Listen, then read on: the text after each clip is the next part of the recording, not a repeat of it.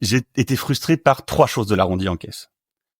Première chose, c'est que je ne maîtrisais pas l'assaut qu'on me proposait. Tu vois, c'est-à-dire qu'on me mettait but en blanc face à un nom d'assaut, je pouvais pas choisir. Deuxième sujet, c'est que je savais pas exactement ce que je finançais. Il peut y avoir des assos qui me plaisent, qui m'auraient beaucoup plu, dont le projet m'aurait beaucoup plu, mais le nom, comme il n'était pas évocateur et que je savais pas exactement ce qui se passait, j'ai pas franchi le pas. Tu vois, j'étais pas à l'aise de le faire. Et le troisième sujet, c'est le suivi. Moi, je veux bien financer quelque chose. Qu'est-ce qui se passe après? Où est-ce que ça va? Comment c'est utilisé? J'ai besoin de savoir. Faire ça à l'aveugle, voilà. Donc ça, c'est trois points de frustration importants qui m'ont encouragé à créer un système différent. Mais c'est qu'un point de départ. Après, il y a plein d'autres choses, plein d'autres problèmes que j'ai voulu régler. Mais tu as raison. L'arrondi en caisse, ça a été un point de friction et j'ai vu qu'il était partagé par beaucoup de gens. C'est-à-dire que ils sont contents de ce système. Ils trouvent que c'est une bonne idée sur le principe. Mais dès que tu commences à leur ouvrir les yeux sur le fait que c'est leur propre argent et qu'ils savent pas où l'argent va, tout de suite, ça crée des frustrations.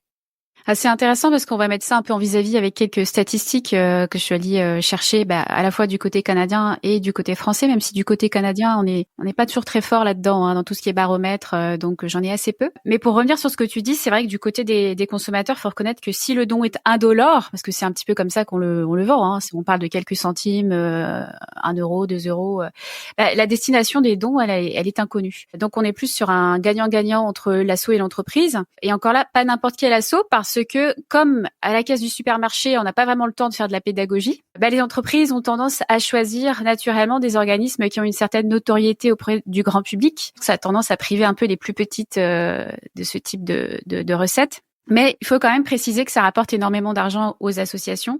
Et ça sans rien faire. Elles n'ont pas à prospecter, elles n'ont pas de reçu à émettre, ça il faut le rappeler, hein, ni à l'entreprise, ni aux donateurs. Mais pour revenir sur les chiffres, au Canada, j'ai trouvé qu'en 2021, par exemple, il y avait 2 grandes chaînes d'épicerie qui avaient récolté plus de 5,5 millions de dollars. Mais là, on parle juste de 2 bannières. En France, ça fait une dizaine d'années qu'on pratique l'arrondi en caisse. C'est l'entreprise sociale Microdon, d'ailleurs, qui est à l'origine du déploiement du dispositif en France. L'entreprise a réalisé une grande étude l'année passée à l'occasion donc de ces 10 ans de l'arrondi, et il est ressorti que 44% des Français ont recours à l'arrondi systématiquement ou ponctuellement lors de leurs achats, contre 19% en 2019. Donc il y a eu un bond spectaculaire dans l'usage de l'arrondi en caisse, et ce sont plus de 47, presque 48 millions d'euros récoltés depuis ses débuts, dont un peu plus de 12 millions uniquement sur l'année 2022. Donc il semblerait que la facilité du geste soit plus importante finalement que la transparence et l'impact des dons. En tout cas, je crois que ça arrive en 3e position chez les répondants. Comment tu deals avec cette info dans le déploiement de ta propre solution? Moi, ce que je pense, c'est que c'est pour le moment. Tu vois ? C'est-à-dire que je suis d'accord avec ce constat, bien sûr, et je m'en réjouis parce que ça veut dire que la solidarité est importante pour une grande partie de la population et que c'est en progression. C'est ce que je retiens. Vraiment génial, vraiment très content. En revanche, pour la suite, les points de friction, ils sont quand même existants. Et tu dis, ça arrive en 2e ou en 3e, ça arrive pas en 10e non plus. Ça, c'est tu vois, c'est un point important. Et puis, il n'y a pas d'alternative connue pour le moment. Donc, comparer une solution avec rien, parce que l'alternative, c'est de ne pas donner, hein. C'est logique que l'alternative de don $1 est la préférence des gens. Et encore une fois, j'en suis ravi. Maintenant, je pense qu'on peut mieux faire. C'est-à-dire qu'on peut aller chercher les 56% restants. Je pense que c'est mon job.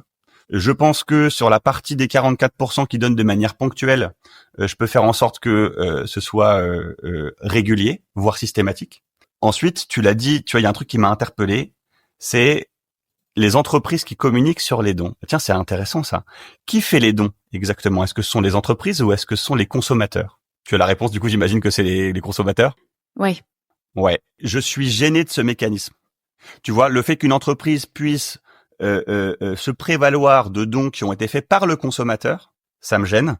Et il y a un autre sujet qui est un sujet quand même juridique et fiscal, parce que moi, tu l'as dit, je viens du monde associatif. On fait très très attention aux contreparties, aux reçus fiscaux, qui émet, qui, pourquoi, qui est intéressé dans la gestion de tel ou tel don, etc., etc. Eh bien, parfois il y a des mauvaises pratiques qui se font. Alors je dis pas que c'est le cas de Microdon, mais je donne un exemple. Hein. Tu vois, de fonds qui ne sont pas versés directement aux assos, qui transitent par les comptes de l'entreprise, et après l'entreprise fait elle-même le don à l'asso et bénéficie d'un reçu fiscal sur les sommes qui viennent des consommateurs. Tu vois un peu le truc? Donc, faut faire hyper attention à ces solutions-là. Oui, effectivement. Alors, au Canada, on n'a pas eu de cas répertoriés. Enfin, c'est une question qui est aussi régulièrement posée, parce que les gens s'interrogent. Il n'y a pas eu de cas de dérive avérés, mais bon. En même temps, comme il n'y a pas de possibilité vraiment de toujours tout tracer, notamment au niveau de l'agence du revenu du Canada, c'est sûr qu'il y a un peu une part d'ombre. Et puis il y a aussi le fait que, alors souvent 100% du don revient à l'association, mais pas toujours, parce que l'entreprise peut imputer aussi les frais de plateforme. Tu sais, sur les terminaux de cartes de paiement, par exemple. Ça a un coût. Il y a quand même une infrastructure technologique derrière, donc à un moment donné, voilà. Plus la commission de l'opérateur, tu vois, celui qui organise cette campagne de dons. Ouais, donc c'est vrai qu'on n'a pas toujours l'heure juste sur la manière dont ces opérations se déroulent.